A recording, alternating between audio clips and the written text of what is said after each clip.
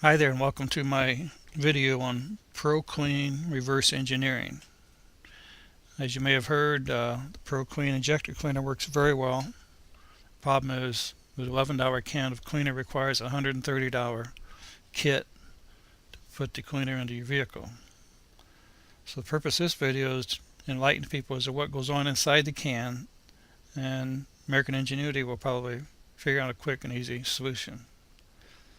So I first attempted to use a can as shown in this picture. As you can see, it's a R12 air conditioning plunger, snapped right on the top, no problem. Screwed the plunger down to make the seal, screwed the needle in, backed it out, and nothing came out. So that was the end of that. My next failed attempt consisted of trying to do a side mount using the same item.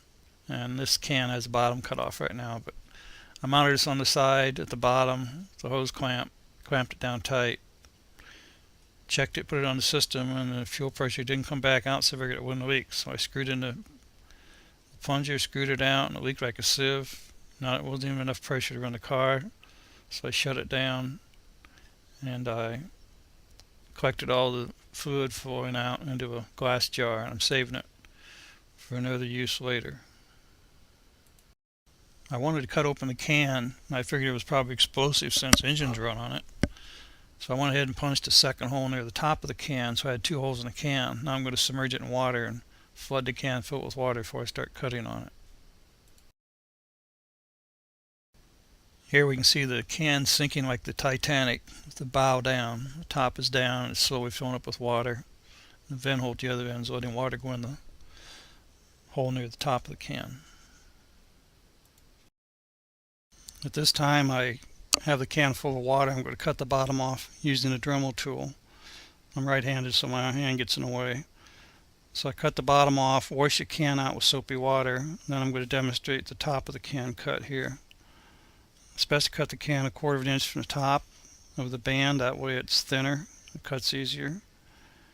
And so we buzz open the can, and once the can is opened up you can see there's a pickup tube, which confirms the can can be operated in the upright position.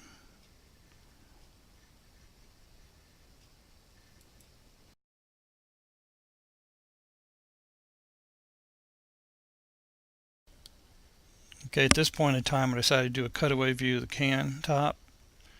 So I'm grinding away, trying to cut the entire top of the can in half, and I was having a little trouble there. It's hard to hold a round thing in a vise. At any rate, I'm buzzing around, getting the top cut off.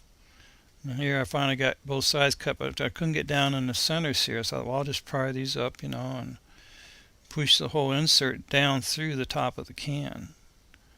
And much to my surprise, the insert came out the top of the can. It didn't go down into it. I figured it went in from the top, I thought it was pushed in from the bottom, but instead it was put in from the top. So there's the insert.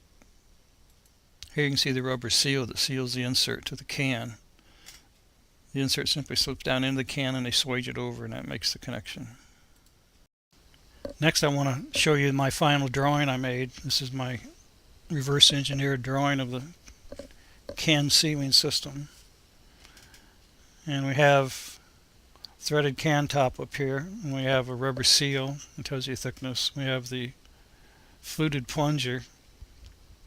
Then we have a spring. We have the plastic body that holds all this, and then we have the plastic tube which runs down in the can. So let's give you an overview of what it is before we look into the actual pictures of the device itself once it's split in half. Here we are looking at the top of the can dissected. On the left hand side of the picture is the left side of the can, and the top is up, and on the right hand side of the picture is the right side of the threaded top of the can, and the top is up also. At the very top you see the rubber washer. It looks gray in this particular light, and then under the washer would go the plunger, and under the plunger is the spring, and under the spring would be the pickup tube. Here you can see more parts of it.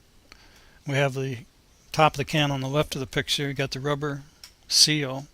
Then the yellow plungers, I got it pushed on the tube. I originally thought the plunger connected directly to the tube, but since then I've learned I was wrong. The plunger, where the tube plugs on the plunger, you pull that off and a spring goes between the plunger and the midsection of this plastic housing. And then the tube just plugs in the bottom.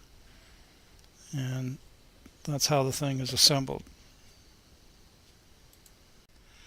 I suddenly realized that this must be about the same as a carburetor cleaner spray can nozzle. And here's a picture of a nozzle, and sure enough, it's about 1/8 of an inch in diameter. If you flip the nozzle over, at the bottom of the picture, you'll see there's a slot. That slot is what allows the fuel to come around the plunger and pass up through the tube. So this is basically a spray can paint nozzle system, or a carburetor cleaner can nozzle system. Furthermore, this nozzle plugs right into the plunger assembly that came out of the ProCleaner can, so it's an exact fit. It fits into a slight recess in the plunger, and that makes the cap lock. So it's like in a paint can, it won't fall out once you push it in. The plunger snap in and the seal hold it in place. So there we have it. What we're looking at in my drawing is the inside of a spray can of paint. It's the same system. It all makes sense. That's why I turn a paint can upside down. That puts the propellant down through the tube and blows all the paint out so the seals don't get all gummed up with paint. So it's the same system. The pressure, I don't know, the pressure might be a little bit higher in this can. I know my car, for example, needs 60 pounds per square inch to operate, so I don't know what the paint can pressure is. So now to wrap it all up here, all you need is an 1/8 inch tube with a slot on one side near the bottom, just like the example back there in a paint can sprayer. And you just simply braze that to a fitting which attaches to the hose and or pressure gauge that goes to the car engine. Always remember to block off the return line so you don't get this ProCleaner in the fuel tank, because it's been known to damage fuel pumps. So that's it. Good luck, and hope someone adds some more information here so we can find the most expedient and efficient way to build this little adapter.